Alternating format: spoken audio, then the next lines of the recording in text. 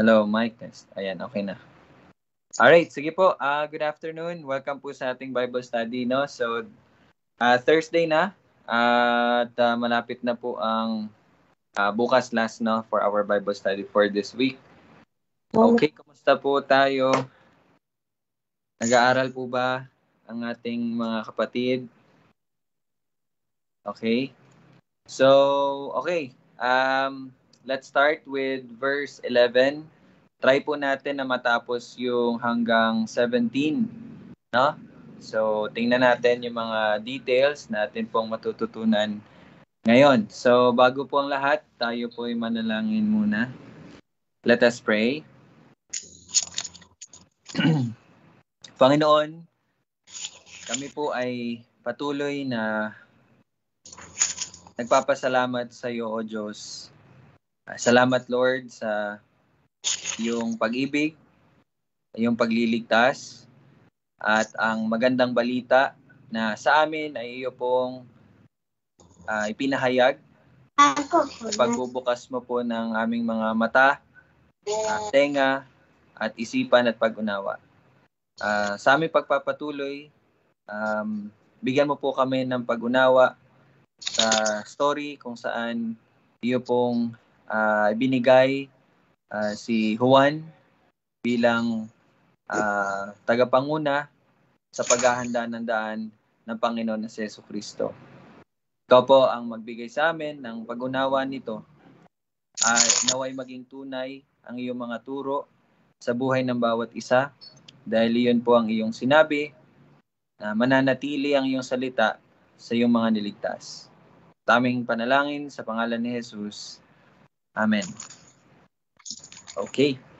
So, alright. Basahin muna natin, no? From verse 11 to 17. Okay. So, Ate Jamie, pwede pakibasa? 11 to 17. Luke 1 verse 11. Luke 1 chapter 1 verse 11. Nagpakita sa kanya ang isang anghel ng Panginoon na nakatayo sa gawing kanan ng dambana ng insenso. Nang makita niya ang anghel, nasindak at natakot si Zacarias. Subalit sinabi sa kanya ng anghel, "Huwag kang matakot, Zacarias, sapagkat pinakinggan ang panalangin mo at ang asawa mong si Elizabeth ay magsisilang sa iyo ng isang anak na lalaki at tatawagin mo siya sa pangalang Juan. Ikaw ay magkakaroon ng kaligayahan at kagalakan at marami ang matutuwa sa kanyang pagsilang. Sapagkat siya'y magiging dakila sa harapan ng Panginoon at hindi siya iinom ng alak o matapang na inumin. Siya'y mapupuno ng Espiritu Santo mula pa sa sinapupunan ng kanyang ina. Marami sa mga anak ni Israel ang panunumbalikin niya sa Panginoon nilang Diyos. Siya'y lalakad sa unahan niya sa espiritu at kapangyarihan ni Elias, upang papanumbalikin ang mga puso ng mga magulang sa kanilang mga anak, at ang mga suwail sa karunungan ng mga matuwid, upang ihanda ang isang bayang nakalaan sa Panginoon. Okay, yan po ang ating pag-aaralan, no? Ang salita ng Panginoon. Okay, so simulan natin sa verse 11. Nagpakita sa kanya ang isang anghel ng Panginoon na nakatayo sa gawing kanan ng dambana ng insenso. So kung matatandaan po natin kahapon, atin po napag-usapan yung time na naghandog or napili po si Zacarias bilang maghandog, no, nung pagsisindi, no, ng insenso. At doon po natin natutunan yung importance noon at iyon po ay pagpapakita ng parang sumasalamin, no, sa panalangin ng kanyang mga iniligtas, no, na parang mabangong samyo sa trono ng Panginoon. At ayun, yun po ang ating natutunan. So ngayon magpapatuloy siya sa eksena na kung saan may nakita na pong anghel si Zacarias. At kung mapapansin niyo po, sa gawing kanan ng dambana ng insenso, yan nakita yun. Okay? So, again, lumipas po ang, let's say, 400 years or 500 years, wala nang milagro no, na nangyayari. 400 years, wala pong propeta, wala niya naman na natatanggap ang mga Israelita mula sa Panginoon. So yun yung mga tinatawag na silent years, kumbaga, no? So, and now, biglang may nagpakita na isang anghel ng Panginoon. So, after 400 years after 400 years, ito na, meron na pong senyales na ang Panginoon ay magbibigay na, or kumbaga hindi na naging silent, no, ang Panginoon. Sige, bago ko po ipagpatuloy, siguro maganda na marinig ko po muna kayo kung meron man po kayong mga napag-aralan at gusto pong ma-share dito po sa verse 11 hanggang 17. Okay, so papaunahin ko po muna kayo, no, para titingnan ko na lang, doon na lang ako papasok pag meron na po akong nakitang kung saan man pwede dugtungan. Okay? Sige po, anyone po na pwedeng makapag-share at gustong mag-share? Actually, dapat tayong lahat, no, mag-share. Kasi lahat tayo ay nag-aaral.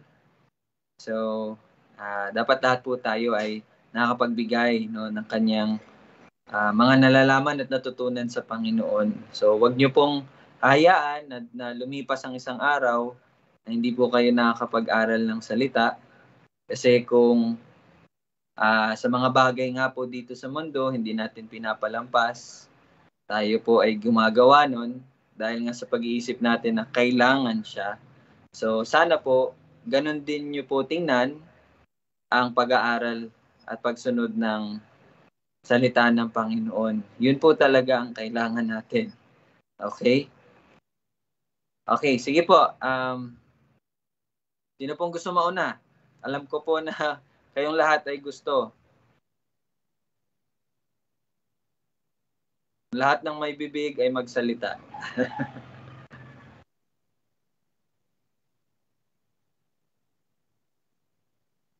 Kasi lahat ng binuhay nakakapagsalita.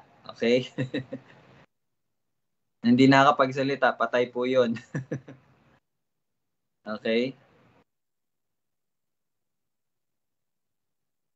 Sige po, anyone? Any two? Any three?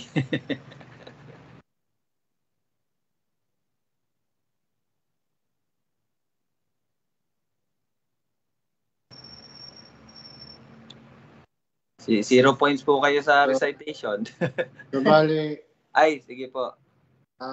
pinapakita dito na yung yun nga, yung siya mag-asawa na si Zacarias at si Elizabeth, yun nga, yun nga, dininig yung kanilang panalangin. Yun na yung pagdating ni John the Baptist. Sabi dito na ikatutuwaan nila at ng lahat, maraming matutuwa sa kanyang pagsilang. Sapagkat siya ay magiging dakila sa harapan ng Panginoon.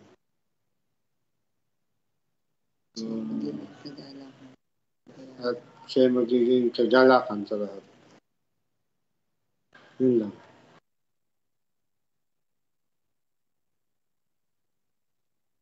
Okay. Alright, salamat po. Sige, ay para sing Tito Bong may sasabihin nata.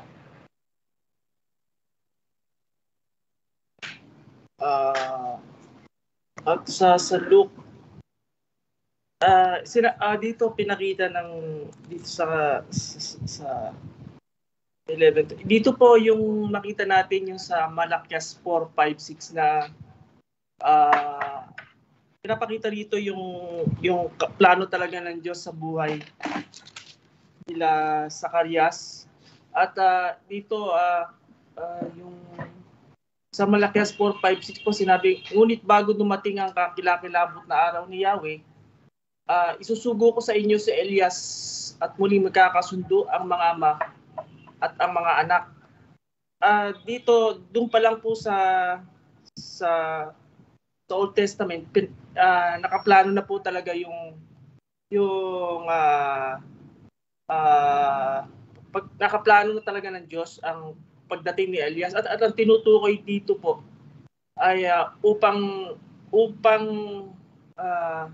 ito po ay simbolo ng pagbabalik ni Elias upang ibalita ang pagdating ng Mesiyas bilang katuparan po sa hula dito sa Malakayas. So ang binabanggit po dito talaga dito po yung pinapakita talaga po rito yung sinabi nga po sa 17 na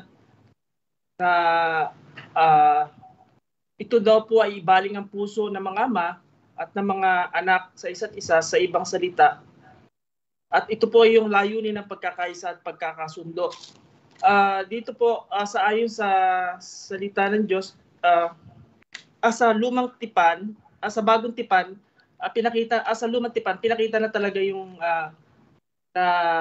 sinubo pa talaga si Elias. Yun, sa panahon ng lumang tipan. At yun po yung binabanggit po na darating po sa bagong tipan. Ngayon po, dito po talaga, nakita po natin na ipinahayag po sa bagong tipan ng kapahayagan ni Jesus na yun po ay si Juan Bautista. At makikita po natin, ito po yung katuparan ng hula sa Malakias at makikita po natin to sa Mateo 11, 13, 14. At binanggit din po ito sa Marcos 1:24 at Lucas 1:17, 7:27. At sinasabi po dito, may katanungan po dito, bakit daw po kailangan dumating si Elias? Kaya nga po yung katanungan na yun, ito po ay nagpakita ng mga ebidensya na siya nga si Elias at hinuluan ng Diyos ang gawain ni Juan na kagaya ng gawain ni Elias. Doon po sa kapanahunan na doon po sa lumang tipan. Yung una po, ang gawain ni Juan na kagaya ng gawain ni Elias sa Luke 1:17. At yung ikalawa daw po, yung nagdamit siya gaya ni Elias nung makita po natin sa 2 Kings 1:8 at Mateo 3:4. At yung ikatlo na po, gaya ni Elias, nangaral din po si Juan sa sa Matthew 3:1. Yung ikaapat daw po, yung parehong pinangaral ng dalawa ang pagsisisi at ang lima, parehong humarap ang dalawa sa mga hari at kanilang mga kaaway. Makikita po natin sa 1 King 18:16 at Mateo 14:13. So talagang si Jesus pa rin po ang nagsabi na ang Diyos pa rin nagsabi na ang hula. Pero ito po ay binabanggit po ni Juan na hindi talaga po si Elias. Yun, di ba? Inaano niya na hindi siya ang Elias na sa kapanahunan na yon. Pero talagang ang katotohanan talaga sinabi pa rin si Jesus na nagsabi na siya si Elias nung mga panahon na sa bagong tipan na po. Okay po. Ayun. Okay. So napakaganda no na naipresenta yon sa atin ni Tito Bong. So doon niyo po makikita no na nag-aaral. Alright. Nakakatuwa po talaga kapag gano'n. Okay? Yung tipong di na ako magsasalita, kayo na lang. Alright. So, ayun, napakadami pong verses na sinabi si Tito Bong kanina. And pinakita niya po doon na sa Old Testament, may mga verses na sinabi sa Old Testament patungkol kay Elias na siyang naging katuparan sa pamumuhay ni John the Baptist dito sa bagong tipan. At yung nabanggit po na Malakay, chapter 4, verses 5 and 6. So yun nga po, actually yung sinabi dito sa verse 6 ng chapter 4 ng Malakay or Malakias, ito din po yung mababasa ninyo ngayon sa chapter 1 ng Luke verse 17. Di ba? Tingnan nyo po sa Malakay 4 verse 6.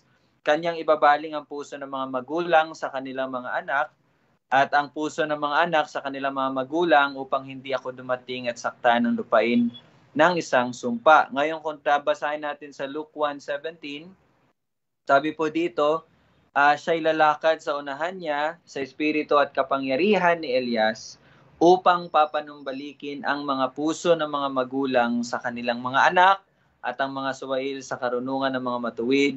Okay, so specifically yung linya po na panumbalikin ang mga puso ng mga magulang sa kanilang mga anak. Okay? So, may nabanggit po si Tito Bong kanina na sabi actually si Juan po ang nagsabi, si Juan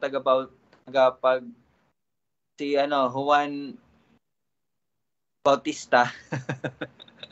Naalala ko yung wrestler si Batista pala yun. Anyway, si Juan na tagapagbautismo, sabi po ni John the Baptist, hindi daw siya si Elias. Pero sabi naman ni Jesus Christ, siya si Elias. Okay? So, medyo may mga, sabi nung iba, nagko-contradict daw. Pero actually, hindi po yung contradiction. Kasi si Juan the Baptist or John the Baptist, hindi naman talaga siya si Elijah or si Elias. Kaya lang, kasi ang tinutukoy po dito sa Malakay 4, verse 5, na sinabi, narito, susuguin ko sa inyo si Elias. Hindi po to literal na si Elijah yung darating upang maghayag ng pagdarating ng Mesiyas. Okay? Pero, gaya ng ginawa ni Elijah in the Old Testament, na yun nga, sabi ni Tito Bong kanina, kumausap sa mga hari, sa nagpahayag ng mga propesiya, at kumbaga naghayag ng ebanghelyo, ng panunumbalik sa Panginoon. Ganun din po ang ginawa ni John the Baptist, na yun po ang tinutukoy ni Malakay nung kanyang pinopesiya, inihayag po tong propesiya na ito, na susuguin ko sa inyo si Elias. Okay? So, mamaya, mas mabibigyan pa po natin yan ng diin. Okay? So, maganda po na may ganon, no? At, sige po, baka meron, yung iba po, baka may maidagdag at mai-share.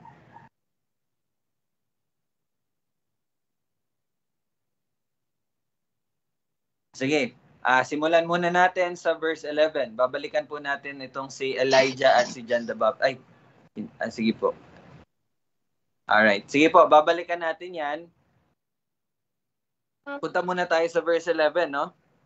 Nagpakita sa kanya ang isang anghel ng Panginoon na nakatayo sa gawing kanan ng dambana ng insenso. So, ito po yung scenery or yung situation ngayon. Na ano nangyari? Verse 12, nang makita niya, sino yung niya dito? Si Zacarias. Na makita ni Zacarias ang anghel, nasindak at tatakot si Zacarias. Imagine nyo yung facial expression niya. Or kung ano man. No? Takot siya, no? Bakit kaya siya natakot? Bakit nasindak? Well, kung babasahin po natin sa Biblia, yan po ang natural na reaksyon ng tao kapag sila po ay nakakita ng isang anghel. O kapag po ang Panginoon ay nagpapakita sa kanila. Now, minsan, ewan ko po kung mapapansin nyo po, may mga nabanggit po sa Bible, especially sa Old Testament, na mababasa ninyo na ang Panginoon ay nagpakita or nakita ni si ang Panginoon. Well, pero binanggit ng Panginoong Hesukristo na wala pang nakakakita sa Panginoon, maliban siya na nagmula sa Kanya. So, sino yung nagmula sa Kanya? It is Jesus Christ. Di ba? Sabi ni Jesus Christ, no one has ever seen God, or no one has ever seen the Father. Pero bakit sabi sa Old Testament na nakita ni si ang Panginoon? Okay? So kanina, meron po akong natutunan na theological term na ngayon ay nakalimutan ko na. Hindi ako magaling talaga sa ganun. Basta niya parang ano yan? Nakalimutan ko na. Sige, bahala na po yan, no? Basta, ganito pala, no, sa Old Testament, si Kuya matatandaan yun, ako hindi ko matatandaan eh. But anyway, ang nangyari pala noon is, parang may time na nag-aan yung parang tao ang Panginoon. Kumbaga, hindi talaga nakita nila yung full glory ng Panginoon, but nag-anyong anghel or nag-anyong tao or nag-anyong kahit ano pa man, 'di ba? Iba-iba si Moises, nakita niya ang Panginoon sa pamamagitan ng tinatawag na burning bush, 'di ba? Tapos si Jacob, kung mababasa niyo po 'yon, nakipag-wrestling daw siya sa Panginoon. Okay? Kumbaga makikita niyo doon na may parang nakipag-wrestling siya sa anyong tao na yun pala ay ang Panginoon. So may tawag po doon may tawag po doon. But anyway, balik tayo dito nang makita niya ang anghel na sindak at natakot si Zacarias. Again, this is a normal na reaction. Kahit naman po siguro tayo, matatakot tayo pag nakita tayo ng espiritu. Okay? Pero this time, it's an angel. Okay? Alright? So, kaya lang, gusto ko lang pong bigyan ng pansin itong salitang nasindak at natakot. Okay? Bago tayo magpatuloy. Insert ko lang po, ito pong takot or sindak na ito ay hindi lang siya dapat maging natural or normal sa atin kapag nakita tayo ng espiritu or ng anghel. But yung pagiging takot sa Panginoon, dapat maging normal po yan sa ating pamumuhay. So, mai-share ko lang po, yung Philippians chapter 2, verses 12 to 13. Sabi po dito, kaya nga, mga minamahal ko, kung paanong lagi ninyo akong sinusunod, hindi lamang sa harapan ko, kundi higit ngayon na ako'y hindi ninyo kasama, ay isagawa ninyo ang inyong sariling kaligtasan na may takot at panginginig. Okay? Na may takot at panginginig. Sapagkat Diyos ang gumagawa sa inyo, maging sa pagnanais at sa paggawa para sa kanyang mabuting kalooban. So ano pong sabi ni Pablo sa mga taga-Filipos? Isagawa ninyo ang inyong sariling kaligtasan na may takot at panginginig. Now, hindi po ibig sabihin nito na ang kaligtasan natin ay sa pamamagitan ng mga gawa. Okay? But ang pinupunto po dito ni Apostle Pablo sa mga taga-Filipos ay kumbaga patuloy natin isagawa upang maging ganap yung katuparan ng pagliligtas ng Panginoon sa mga buhay natin. Okay? So, hindi po ito para maging matuwid tayo or para maligtas tayo. Pero lagi niyo pong tandaan na kalakip sa pagliligtas ng Panginoon sa atin ay hindi lang yung justification or yung pag-aaring ganap sa atin. But again, kahapon or 2 days ago, nalaman natin yung tinatawag na sanctification o yung pagpapabanal ng Panginoon sa atin. So, ito pong may takot at panginginig ay maganda po siya na karakteristik or laging kumbaga maganda or dapat na meron to sa ating pamumuhay lagi, Ano bang ibig sabihin ng takot at panginginig? So ibig sabihin po nito ay yung magandang pagkatakot sa Diyos, Na kumbaga natatakot tayo na gumawa ng kasalanan or ma-offend ang Panginoon. Hindi dahil hindi tayo maliligtas kapag nagawa natin 'yon, but dahil tayo ay bago na, 'di ba? Dahil tayo ay binago na, binigyan ng bagong buhay at binigyan ng bagong puso. So, hindi na natural sa atin ang sumuway sa Panginoon. But ang natural na po sa atin ang sumunod sa Kanya. Kaya natatakot ka na sumuway sa Kanya kasi it's no longer normal to you to disobey. Naintindihan niyo po yun? Di ba? At yung panginginig, ibig sabihin, meron ka talagang malalim na pagrespeto or malalim na pagtingin sa Panginoon. Di ba? Gaya nga, ito, maganda example to, gaya nga ng kapag meron tayong, for example, mga students, di ba? Kapag dumating yung chancellor or pag dumating yung presidente ng school ninyo or even siguro dito sa Pilipinas, di ba?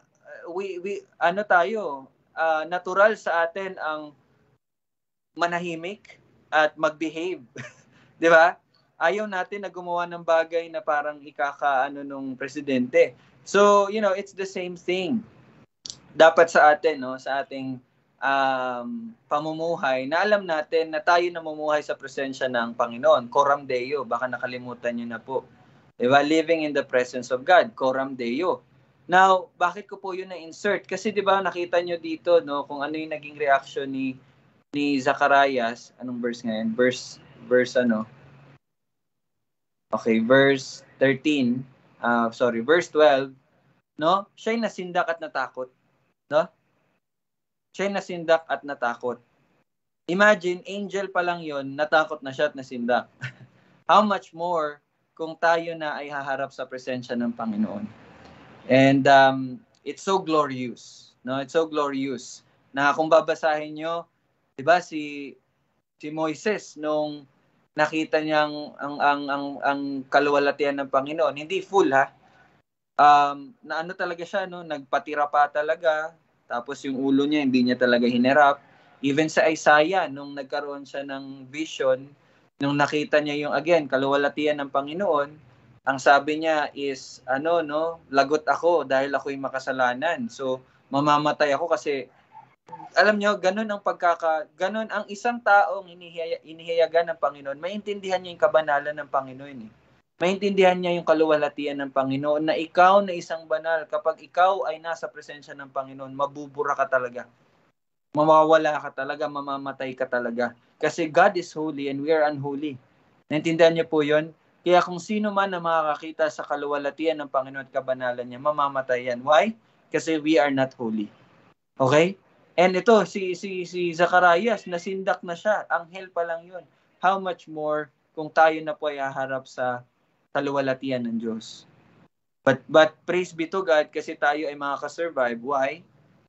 Hindi po dahil sa ating katuwiran, hindi dahil sa ating kabanalan, dahil hindi po tayo banal, but dahil po sa kabanalan at katuwiran ng Panginoong Hesukristo. 'Di ba?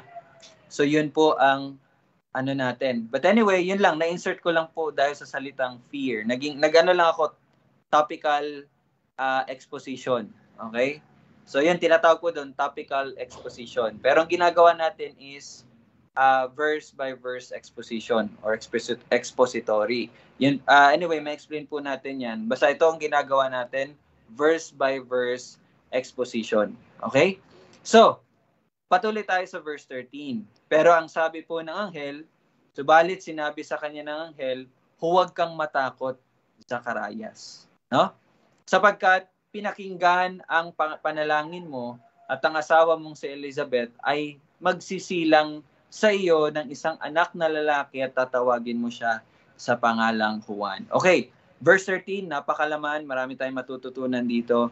So bago ako magsalita, bibigyan ko po kayo ng time upang ma-share po ang inyong napag-aralan dito po sa verse 13. So we are very open, no? Makinig po sa inyo. Sino pong may gustong ma-share sa verse 13? Ano yung mga elements, ano yung mga words or phrases na magandang ating bigyang pansin dito sa verse 13? Anyone? Huwag po kayong mahiya, no? Share lang. Or kung may tanong, pwede rin.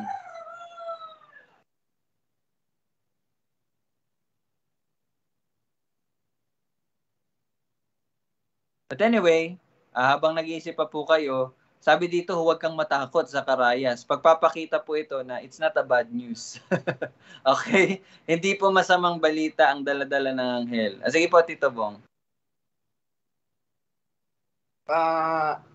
Itong pagkatakot nito simbolo to ng yung pagkatakot na may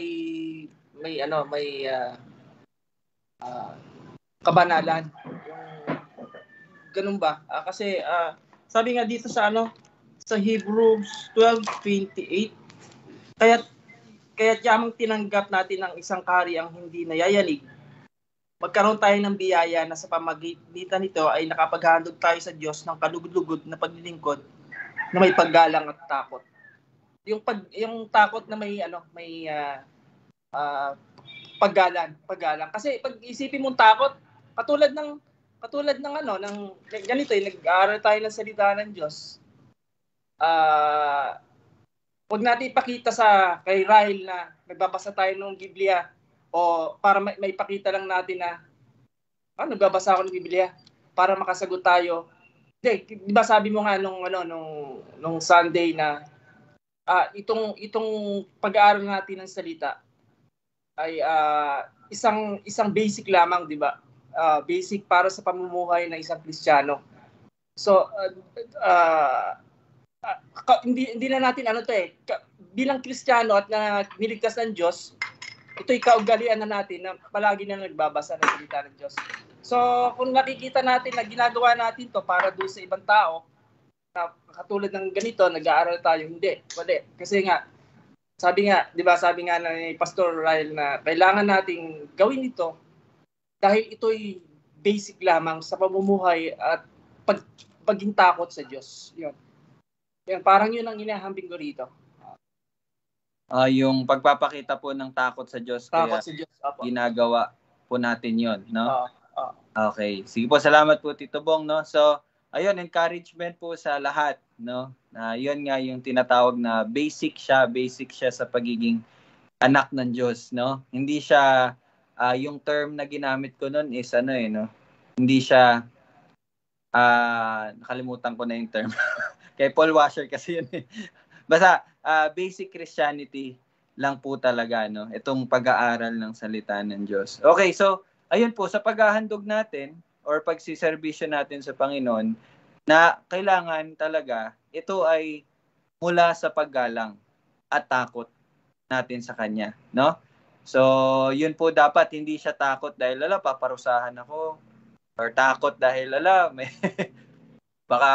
baka masunog na ako kasi nagpakita ng Panginoon or ang anghel ng Panginoon, no? So, yun po, no? Wala na po tayong takot na paparusahan, but yung takot na meron tayo ay yung malalim na paggalang sa Panginoon. So, yun yung takot na meron tayo. Okay? Alright, salamat po. Sige po, sa iba naman, baka may mga gusto pong maidagdag pa. Dito sa verse 13.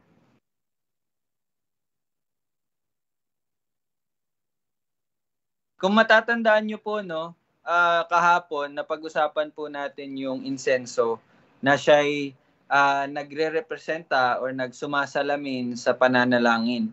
At out of nowhere, yun nga, dumating ang isang anghel, hindi pala out of nowhere, but galing sa Panginoon, sorry sa term ko, galing sa Panginoon, isinugo niya ang anghel upang ihayag na, no, kumbaga, ito na yung simula ng pagpapatuloy ng pangako ng Panginoon sa Israel, no? At kay Abraham, no? Kay David, na yun nga yung pagliligtas. At sabi dito, huwag kang matakot Zakaraya sapagkat pinakinggan ang panalangin mo. Alright? So, siguro masasabi natin, although hindi naman siya direktang sinabi, pero masasabi natin na maybe ang panalangin ni Zacarias ay magkaanak sila. Kasi nga po, di ba, wala po silang anak. Baog po kasi si Elizabeth. And kung babasahin nyo dito, sapagkat pinakinggan ang panalangin mo. At ang asawa mo si Elizabeth ay magsisilang sa iyo ng isang anak. So siguro, unang maisip po natin, ang panalangin ni Zacarias ay patungkol sa pagkakaroon ng anak. Yun din po ba naisip nyo na panalangin niya? Di ba? Siguro yun yung normal na maisip natin. Pero may naisip pa po ba kayong ibang maaaring ipinalangin ni Zacarias? Okay, si Jamie tumatango. Ano yun? Anong naisip mo, Jamie? Ba't ka gumaganon? Kasi nga, di ba, siya priest, kumbaga. So, ang pinaka-main, din ng priest, kundi prayer for talaga. Ang tag dito? Yung, tag din? Nation. Nation, ayan. So, kumbaga, prayer for deliverance, kumbaga, or sa Israel. Yun yung another prayer. Okay, another prayer. So sabi po ni Ate Jamie, one of the possible prayer po ni Zacarias is yung kaligtasan nga ng Israel, ng bayan ng Israel. Okay? Well, sabi nga po natin, pag meron po tayong nasasabi, let us always back it up with the Word of God, no? Kasi mahirap na magsabi-sabi lang tayo na atin-atin lang yon. So paano natin papatunayan na iyon ay posible na panalangin ni Zacarias, hindi lang yung pagkakaroon ng anak, but isa sa panalangin niya is yung kaligtasan ng bayan ng Israel. Kasi nga po, di ba, matagal silang nasakop ng Roman Empire. Actually, sakop pa sila ng Roman Empire this time, no? So, maybe yan po ang isa sa panalangin ni Zacarias. Nagbigay na po si Ate Jamie kanina. One of the possible reason is si Zacarias po ay pari. Now, lagi po nating tandaan, ang pari po ay nagsisilbi sa templo para sa mga tao. Okay? Kumbaga, ang pari ang nagre-represent para sa mga tao before God, and ang pari din ang nagre-representa para sa Panginoon kung siya man po ay may sasabihin para sa mga tao. Ganun po ang ng pari, no? Parang mediator pa rin, kumbaga, no? So, it's possible. Yun ang isang dahilan. Kasi siya ay pari, so it's normal for them na ipag-pray ang bayan ng Israel, no? Normal, it's one of the common things sa mga pari. 'Di ba? Ang pananalangin para sa bayan ng Israel. So that's one possible. Baka may dagdag pa po kayo.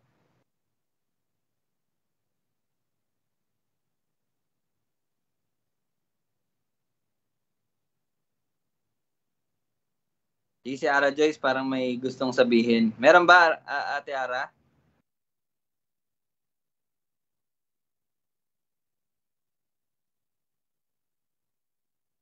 Okay.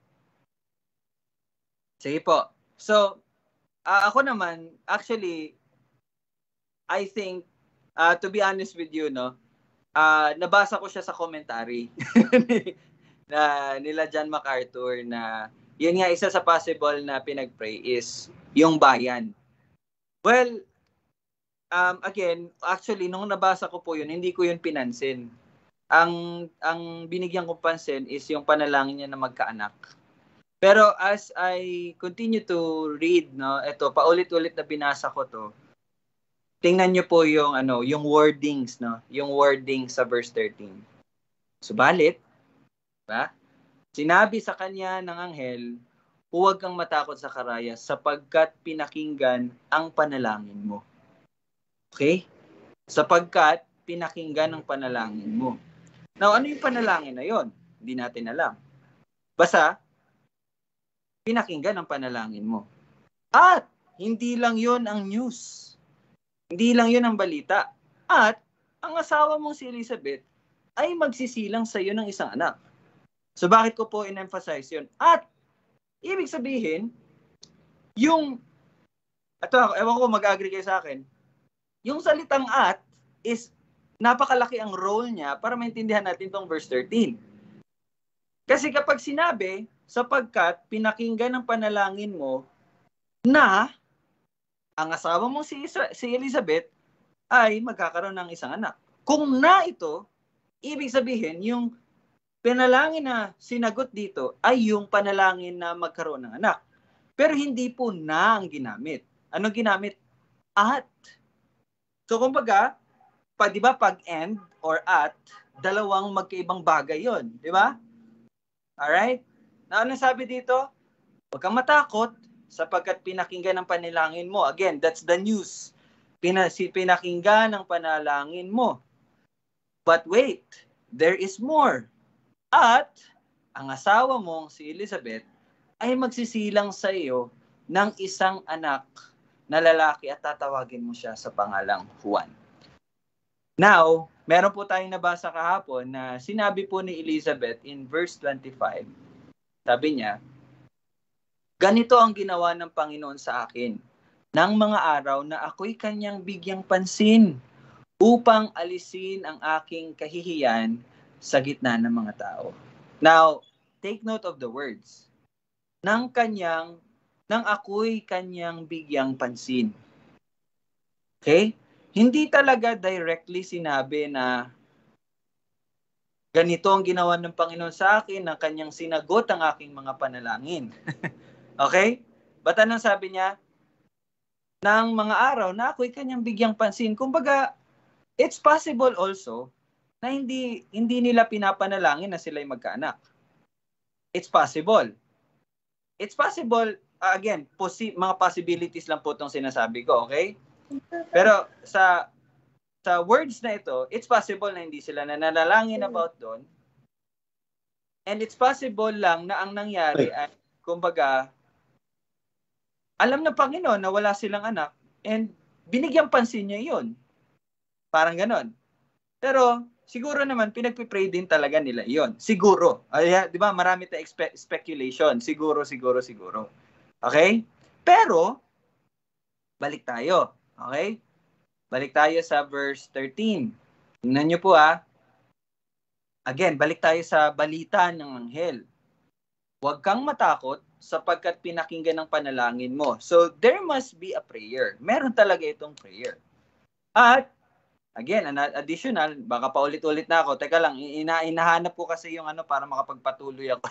At ang asawa mong si Elizabeth ay magsisilang sa iyo ng isang anak. Now, kung atin pong titingnan, no,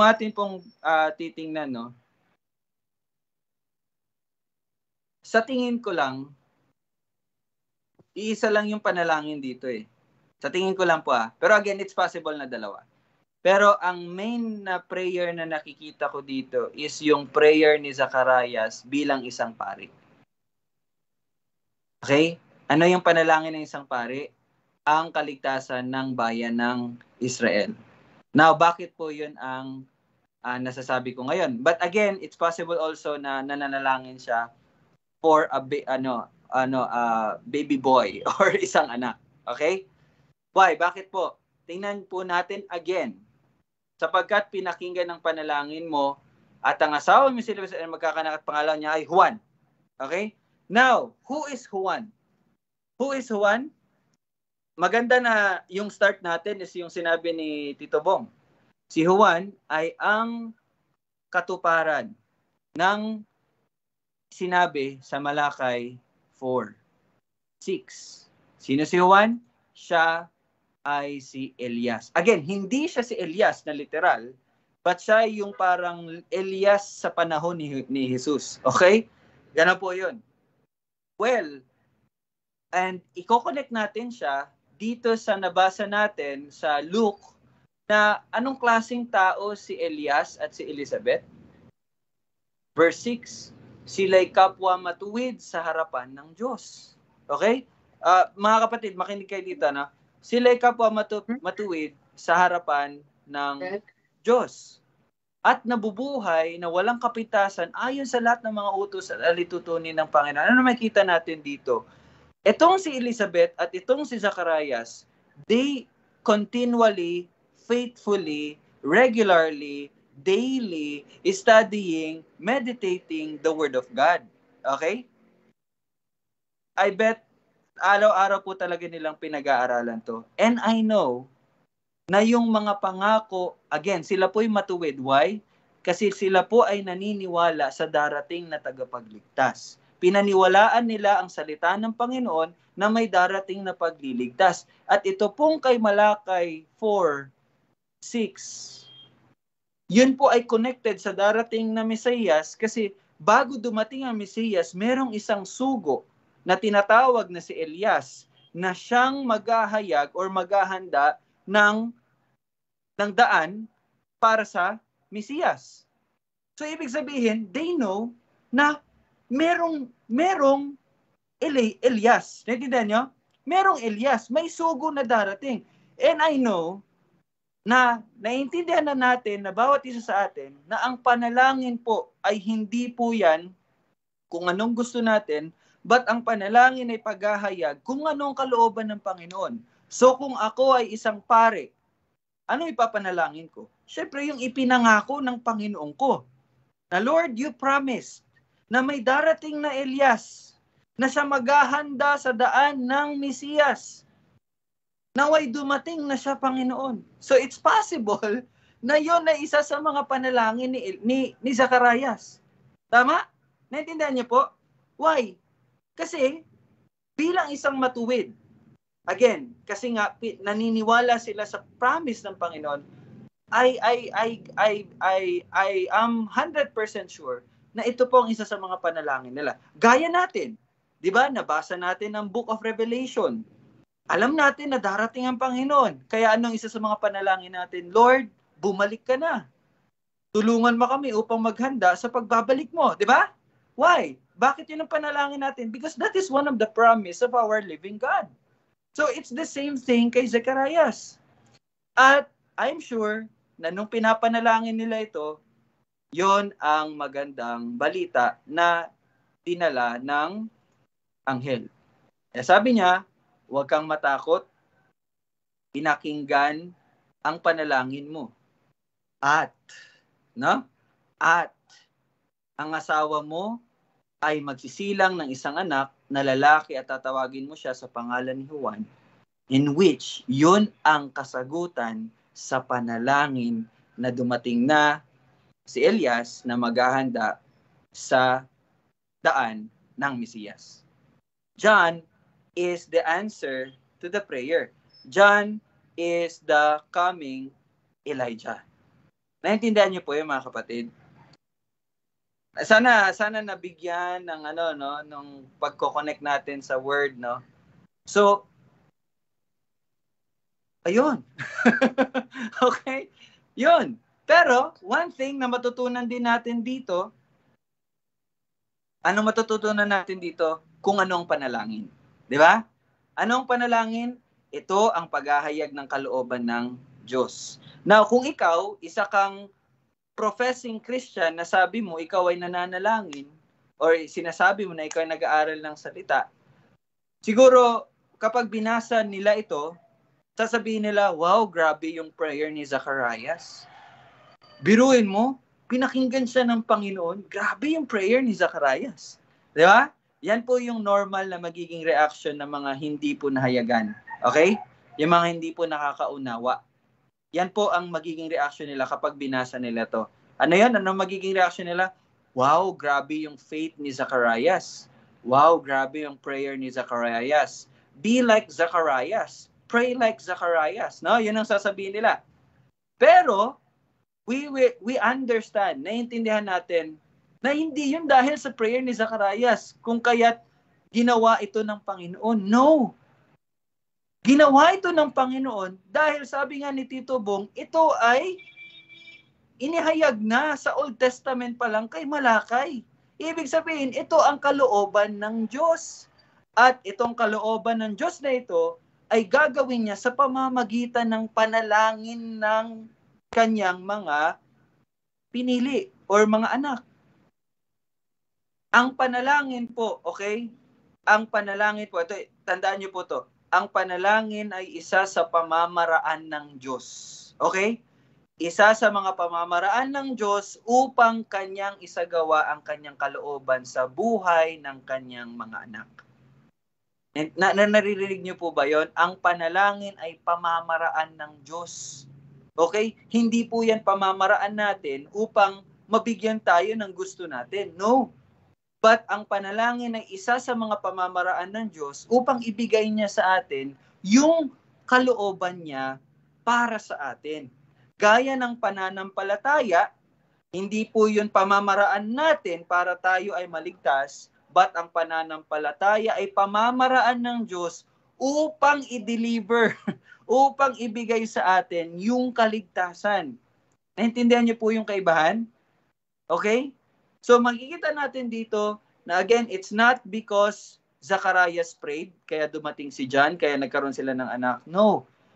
From the old, di ba? From 400 years ago, itinalaga na ng Panginoon na may darating na sugo. Okay? Darating si Elias. At yun, itong nangyari ngayon sa verse 13, ang katuparan. Yun. Kalooban po yun ng Diyos. Okay? Nakaka-follow po ba kayo? Naintindihan niyo po ba, mga kapatid? Okay? So yun po, no? baka meron po kayong baka hindi po kayo nagdi-disagree. Pwede kayong mag-open and let's try to discuss doon. Okay? So, verse 14. By the way, isa sa pagpapatunay na ito ay kalooban ng Diyos is itong huling sentence. Sabi ng anghel, at tatawagin mo siya sa pangalang Juan. Grabe, no? It's a commandment. Ito ay isang utos. At tatawagin mo siya sa pangalang Juan. Kasi, kung ito ay sagot ng Panginoon dahil sa panalangin ni Zacarias, ibig sabihin, sinunod ng Panginoon si Zacarias, well, I think hindi na po necessary itong last na phrase na tatawagin mo siyang pangalang Juan. But, dahil ito ay kalooban ng Diyos, na ginawa ng Diyos sa pamagitan ng panalangin ni Zacarias, siya ang nagtakda anong pangalan nitong taong ito. Tatawagin mo siya sa pangalang Juan. No, makikita nyo dito yung soberanya ng Diyos. No? Na ito talaga ay kalooban ng Panginoon. Mga kapatid, naintindihan nyo po ba yon? Di ba? Ako, natatandaan ko po nung nag-aaral po tayo sa James, yung sa Santiago. Di ba? Mababasa nyo po doon. Ito, dito na lang tayo mag-end, no? Verse 13. Natandaan nyo po ba yung kay James, kay Santiago? Yung sinabi na just like Elijah. Ay, Elias pa rin pala to. So, okay. Tingnan natin. Pakita ko po sa inyo. Yes, nga, si Elijah to, si Elijah. Anong verse yun? Gaya ni, tingnan nyo po, James 5, verse 17. Si Elias, no? Si Elias ay isang taong, okay, pakinggan nyo po to Si Elias ay isang taong may likas na gaya rin sa atin. At siya'y taimtim na nananalangin upang huwag umulan at hindi umulan sa lupa sa loob ng 3 taon at 6 na buwan. At muli siyang nanalangin, at ang langit ay nagbigay ng ulan, at ang lupa ay sinubulan ng bunga nito. Okay? Tingnan nyo yung verse 17 at 18. Ano po ang magiging reaksyon ng mga tao kapag nabasa nila to? Di ba? Anong normal na reaksyon? Grabe si Elijah. Grabe mag-pray si Elias. I remember in my previous church, ito po yung interpretation dito. Ganon yung interpretation namin. Wow, grabe si Elijah. Tao lang siya, pero tingnan mo, nung dahil sa prayer niya, hindi umulan. No? Sa loob ng 3 taon. Tapos nung nag-pray ulit siya, wow, umulan ulit. No? Di ba? Yan po ang una nating maintindihan. Tama po ba mga kapatid? Natatandaan niyo po ba ito? Di ba? Pero, nung binalakan natin sa Old Testament yung story nito, ano yung story? Yun ay plano ng Diyos. Yun ay sinabi ng Diyos. Sabi niya kay Elijah, pumunta ka na doon, ito gawin mo, di ba? Tawagin mo yung 400 ba yun or 300 na false prophet. Natatandaan niyo po ba yun? 400 or 300 na false prophet, tapos, di ba, nagpa-ready siya ng mga kahoy? Tapos sabi niya, competition tayo. Di ba, yung sabi ni Elijah, competition tayo. By the way, bago po noon, sinabihan niya na po yung hari. Nakalimutan ko lang kung sino yung hari na yun eh. Si Ahab bata, hari ng Israel. Ahab ba yun? Sorry, I forgot kung sino yung hari. Basta may hari doon na sinabi niya na hindi papaulanin ng Panginoon. Yes, that was Ahab. Hindi papaulanin ng Panginoon sa 3 taon. Tama. Hindi umulan sa loob ng 3 taon at 6 na buwan. Sabi niya sa hari. Kasi nga po, may purpose ang God. Bakit niya po yun ginawa? So pagkatapos po ng 3 years na wala pong ulan, 3 years and 6 months na wala pong ulan, bumalik siya doon kay King Ahab. At sabi niya, tipunin mo yung mga false prophets mo. Bakit? Sino po yung sinasamba nila nung time na yon? Di ba I forgot, Baal? Yung Baal. Di ba si Baal po ay Diyos ng ulan? Di ba? Yun po yung purpose dun eh. Diyos ng ulan kasi si Baal. Kaya sa plano ng Diyos, okay, hindi ko papaulunin for 3 years and 6 months. Kasi tingnan natin, yung mga false prophets hihingi ng ulan sa Diyos ng mga ulan, which is si Baal. Pero walang ulan. Pero nung after 3 years and 6 months, nakita na sila, false prophets versus Elijah, Tapos, di ba, ano siya ng mga kahoy. Tapos sabi ni Elijah, o sige, ano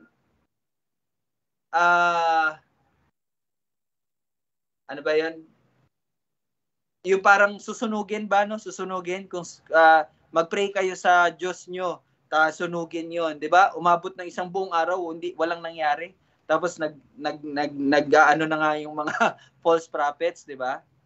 So, ang purpose pala noon is pinakita ng Panginoon na siya ang tunay na Diyos. Di ba?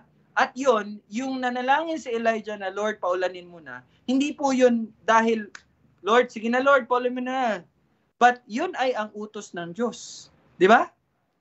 Naintindihan niyo po? So dito po sa Santiago 5:17, kung hindi talaga tayo magiging exegetes, no? Ang may isip talaga natin, wow, grabe yung prayer ni Elijah. Pero nung inaral natin yung real story nito, ito pala ay kalooban ng Diyos. Yun pala ang plano ng Diyos. Yun ang utos ng Diyos. So the same thing po dito na matutunan natin sa verse 13.